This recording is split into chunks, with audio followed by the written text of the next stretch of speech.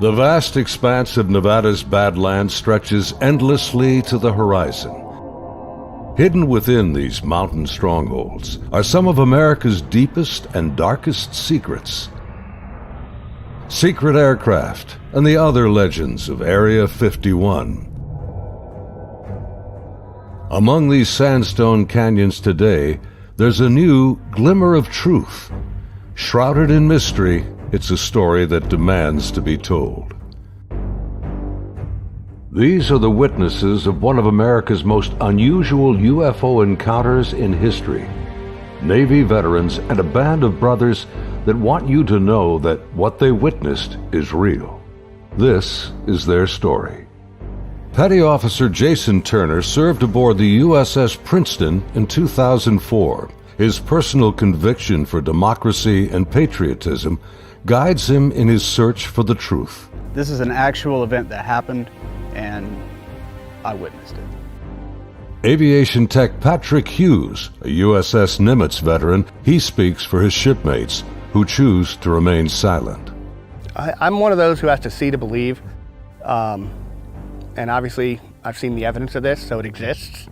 Top Gun Air Intercept Controller Kevin Day and Fire Controlman Gary Voorhees, both from the Princeton, served together in the ship's Combat Information Center. They saw them first, whatever it is they are. They wanted to show themselves, whatever they were. I don't think they wanted anything really to do with us. They were literally breaking the laws of physics in my eyes.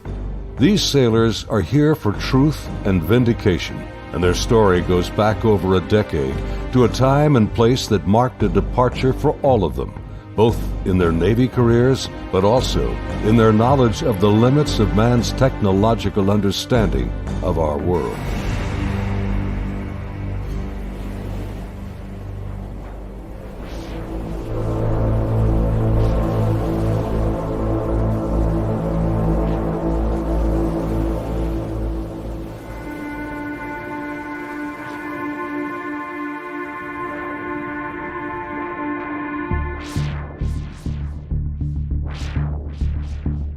Looking out over the ocean toward the horizon, sun, sea, and sky form an endless vista, a never-ending cycle of tide, wind, and waves.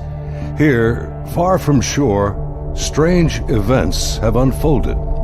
These stories stretch the boundaries of our imagination and challenge our beliefs.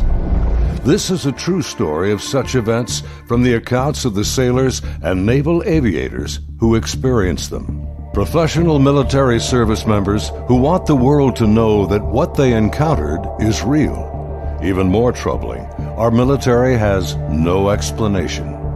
The answers seem to elude everyone, like reflections on the waves, yet they are out there.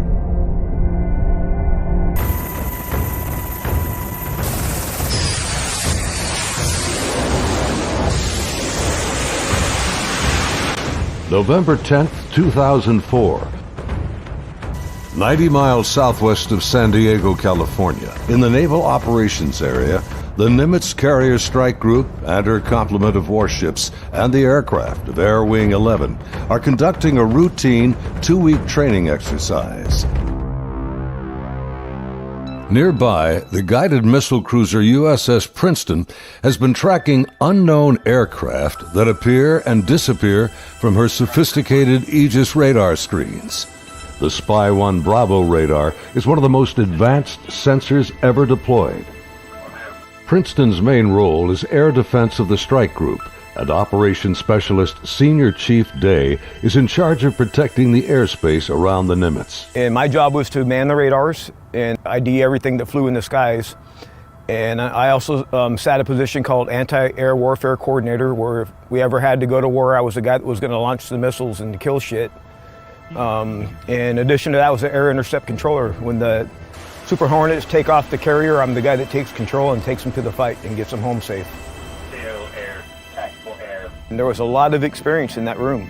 The captain had 28 years, I had 18 years. And the Aegis ship is our newest weapons system afloat. It's got the Spy 1 radar system, phased array radar system, and I was an expert on that. Inside the Combat Information Center, Chief Day's attention is focused on a group of unknown aircraft on the Spy 1 screen. He's trying to identify them. I was on watch, and we were probably 100 miles, I forget how far exactly that day we were, off the coast of San Diego southwest, kind of off the coast of Mexico, Baja. And I started to notice these weird tracks that were popping onto my radar coverage right around San Clemente Island. And the reason why I say they were weird, because they were appearing in groups of 5 to 10 at a time, and they were pretty closely spaced to each other, and they were 28,000 feet going 100 knots tracking south. And in the back of my mind, I'm thinking, you know, that's kind of odd. I mean, I don't know anything that flies like that. They weren't on the comm air routes, the commercial airline routes. I wasn't really that concerned about them. I didn't consider them hostile for any reason at all. Another watch or two, as I'm watching, the same formation appeared again. And over the course of 3-4 days, it probably counted up to that point, groups of 5 to 10 at a time. There were probably 50, 60 tracks by then. Today, Kevin and Gary are still looking for answers. They've known each other for over a decade since their Navy days. Gary was a third-class petty officer and fire controlman back then. I worked on the Aegis computer system on a CG-59 guided missile cruiser, the USS Princeton. I'm in charge of CC and data recording and maintaining and operating all the mainframes that run the system. They're both becoming increasingly frustrated in their attempts to ID the strange aerial objects, which have no transponders and fit no known flight profiles. The guys that work on the Spy 1 Bravo radar, they had come across and said they needed to take the system down for recalibration because they were getting clutter or ghost tracks, and they needed to recalibrate to get rid of them. Then once they did finish all that recalibration, bring it back up, the tracks didn't disappear. They were still there, but they were actually sharper and clearer. They were doing diagnostic tests on everything we had to make sure it was not a system malfunction. And it turned out that it wasn't. These were actually real objects. I had the highest spy track quality possible on these contacts. In this situation, I actually started recording on all 4 tapes at the same time. That way, it was a one continuous loop, and I was just replacing them as they were, becoming full. We failed utterly to identify these things. It didn't meet any of the parameters for anything that was known. In some cases, they seem to descend from space and then suddenly plunge to near sea level in seconds. Coupled with the unidentified nature of the craft and lack of clearance, these extreme flight observations are very troubling to the crew assigned to protect the carrier group from aerial threats. Sunday, November 14th, morning. The Nimitz deck crew is busy launching FA-18F Super Hornets, helicopters, and E-2 Hawkeye early warning planes. The mission? Simulated air defense, or ADEX training over the Pacific. The winds are calm, the skies are clear, a near perfect day for flying.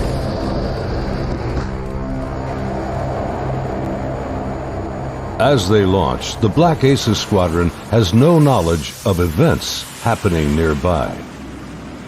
In the back of my mind, that's when I determined I was going to become concerned about these objects. Is we were getting ready to launch a whole bunch of aircraft in that same piece of sky.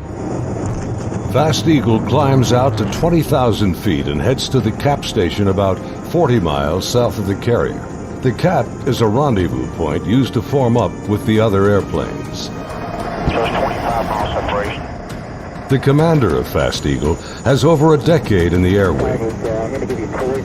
His wingman for the day is a new pilot, a young officer on her first carrier deployment.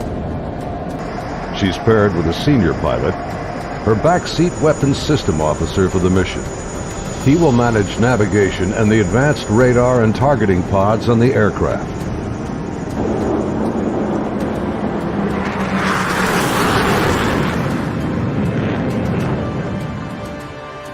Overhead, an E-2 Hawkeye from the Wallbanger Squadron is on station directing the aircraft.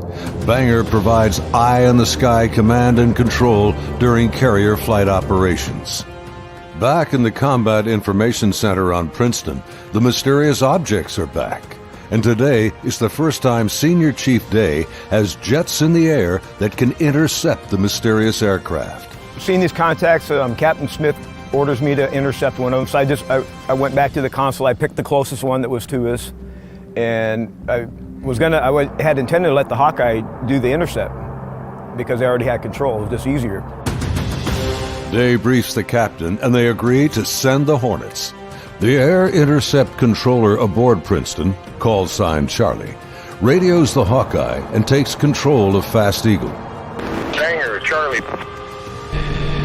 Charlie, this is Banger, good. Banger, Charlie. Do you hold unknown air contact, bra, 27048, 28,000 feet, bogey. Charlie, Banger, negative. Radar picture is clean. The E-2 radar operators have been frustrated in their attempts to get a radar return on the unknown aerial target that Princeton is tracking. Even with their 24-foot radar dish, they can't get a lock on the object. Banger, Charlie. Transfer Fast Eagle flight to Charlie Control, button 13. We have a real-world tasking for them. Charlie, Banger, roger. Fast Eagle, Charlie, stand by for real-world tasking. Charlie, Fast Eagle, send it. We vector them towards that position in the sky, and real quiet on the radio. I'm just giving them bra calls, which is bearing range altitude, to these unknown bogey group. And basically I'm just telling their crew where the object is, the bearing from them, and the range from them, and the altitude so they can drive towards it. Contact bra 27041, 20,000 feet, bogey, snap, 270, over. Roger, bearing 270, 41 miles. 100, go trail. 100. Say state. State 12,000 pounds. Clean, do you have it? I'm trying to get a track on it now. They sent link 16, but my radar picture is clean. The next radio call takes everyone by surprise. Fast Eagle 110, say loadout. 110, what's your weapons loadout? Yeah, the tactical action officer, the TAO, jumps on the radio. Her name was Lieutenant Elders, and she just point blank asked the Fast Eagle flight if they were carrying any type of weapons. And there was a stunned pause on the radio. Wings clean, Princeton. We just have CADAM training missiles, and they're not coming off the rail. We're in an exercise environment, and the last thing we wanted to do is start shooting stuff. Now the controllers have the pilot's undivided attention. Normally, the squadron doesn't carry live ordnance when training. What do you guys think that was about? What, about the loadout? I have no idea. Maybe it's drug runners or something. Yeah, it could be. Or a lost Cessna out of SoCal. I don't like this. Fast Eagle, Charlie, contact bra 16034, 8,000 feet, bogey.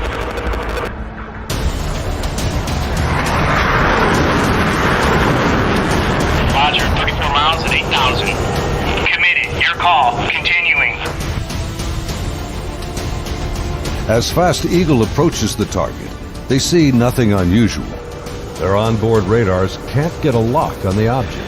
Fast Eagle, Charlie, bra 16010, 8,000 feet.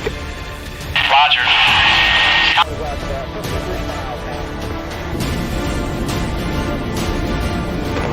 Fast Eagle, Charlie, merge plot.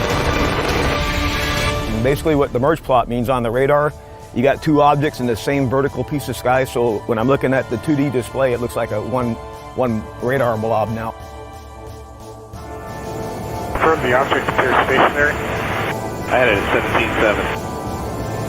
Showing, again, basically no airspeed on it. Hey, you guys seeing us? What is that?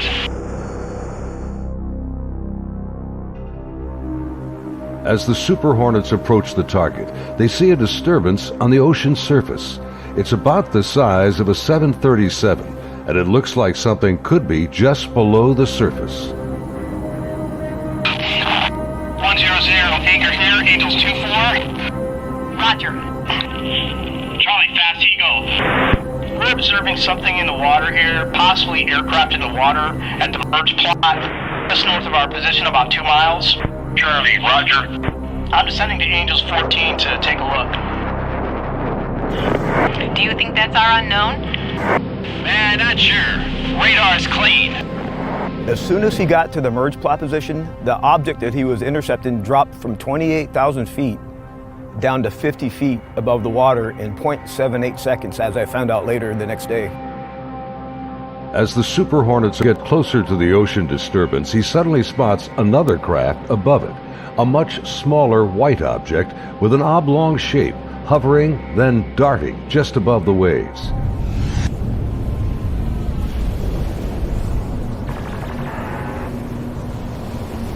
The object is moving around erratically, seemingly focused on the white water. The shape is similar to a tic-tac. It's smooth like porcelain. It's not an airplane.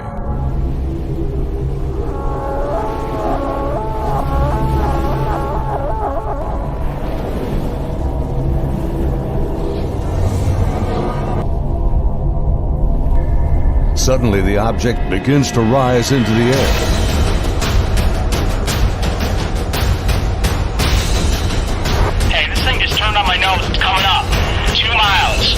The strange craft begins mirroring the turn rate of Fast Eagle. 21 Gate, 287, 2 miles, Angels 5. The object is now at his 3 o'clock position as he continues to turn with it. He's turning hard at 3,000 meters. We had the external communications in the speaker in combat so everyone could listen to it. And the next thing I hear in the radio going, oh my God, I'm engaged, I'm engaged. 1,000 meters, he's southwest, Angels 8.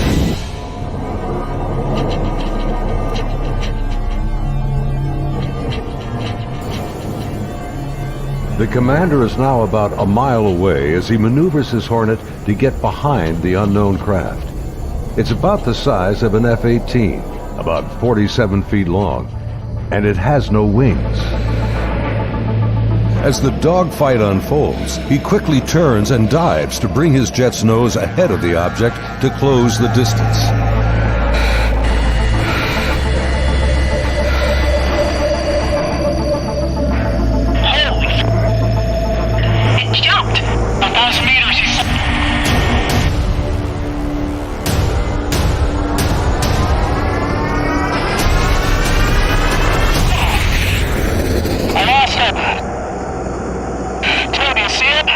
Suddenly, the tic-tac rockets past. It's gone beyond the horizon in the blink of an eye. I saw it go 137. No tally. That didn't just happen. Say again. Fast Eagle Charlie, sir, you're not going to believe this, but the bogey group is now back at your cap station.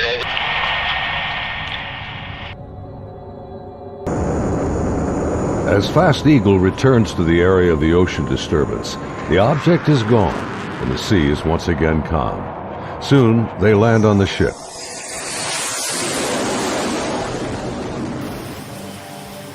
Back on board Banger, the flight crew has been listening to the radio transmissions from Fast Eagle. The crew has been tracking the intercepts on their advanced display systems called the CEC.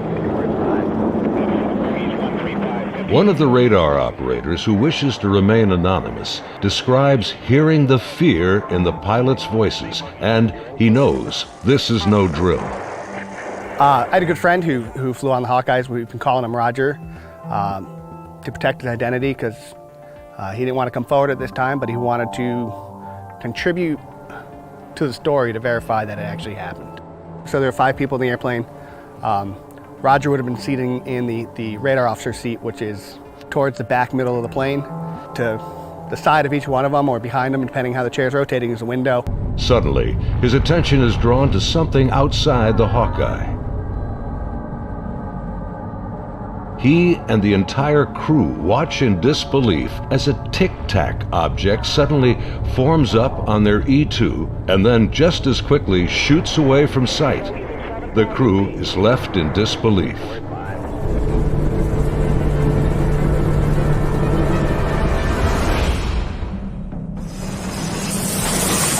As Banger returns to the ship, the crew is shaken. The highly unusual events are troubling, but what happens next has haunted them to this day. U.S. Navy officers quickly arrive and escort the aircrew to a secure space on the ship. As the crewmen begin to take off their flight gear, an officer begins the debriefing by telling them this event did not happen, and they are given non-disclosure agreements to sign. They are warned to never discuss this event again.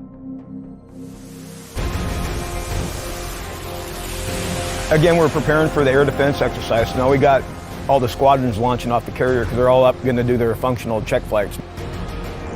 Senior Chief Day watched in disbelief as the Tic-Tac UFOs reacted to the incoming fighter jets. All the objects in the sky, they all dropped out of the sky from 28,000 feet down to 50 feet.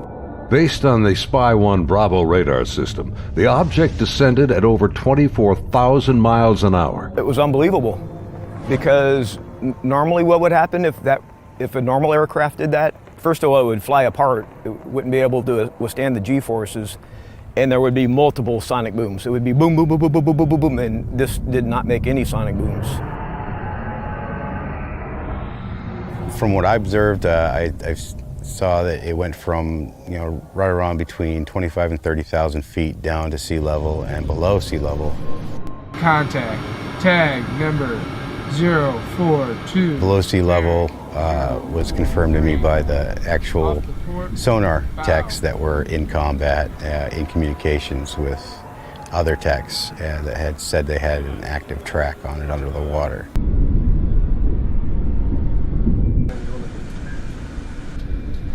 They're talking with their sonar guys on the sub that was with us, and I was told directly that it did go underwater. It went from being in the air to underwater. From what they were saying, it was going averaging about 500 knots under the water.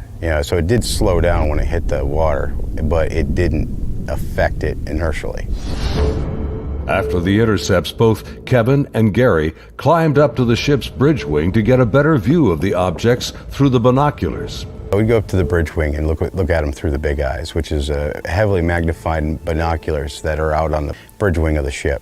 Even when I was off watch, I was usually up in combat anyway, and I was sitting at the console. I just picked the closest object to us, and I got the relative bearing from the ship, slave over to the relative bearing at about the right altitude, and saw this white light in the sky. The movements were smooth to erratic. They just moved from one point to another. It was always a very sharp and clean movement. It always felt like a constant speed, not like speeding up. Just it needed to go to that point, and it decided to do it at this speed. And then it would just go from nothing to the speed they were going to go, and then stop at the next point. Meanwhile, back on the Nimitz, aviation tech Patrick Hughes is working to secure the classified data recorders from the Hawkeye that encountered the Tic-Tac. We pull out their hard drives. We call them RMCs. We call them bricks because they physically heavy like a brick. But they contain the software to run the airplane. And they also record a lot of the data that the aircrew sees during the flight. So we take the removable stuff, we take it out, we go downstairs, back to our shop. Patrick's job involves tracking the chain of custody of the hard drives. Then we open up the safe, put them in the safe. We've got tracking sheets so we know what RMCs are on what airplane. We know who signed them out, who put them in the airplane, who took them out of the airplane. As he gets ready to wrap up the mission, there's a knock on the door. Our commanding officer's there, two other guys in flight suits who I'm assuming were Air Force officers because I'm pretty sure that's the insignia they had on. But they were not on the ship earlier. I did not see them come on the ship, so I'm not sure how they got there. But the skipper basically said, I need the bricks off the flight. We opened the safe, we put them in the bags. He took them, he took his two anonymous officers and left. The officers, with the classified hard drives in hand, soon board an HS-60 Seahawk helicopter and leave Nimitz.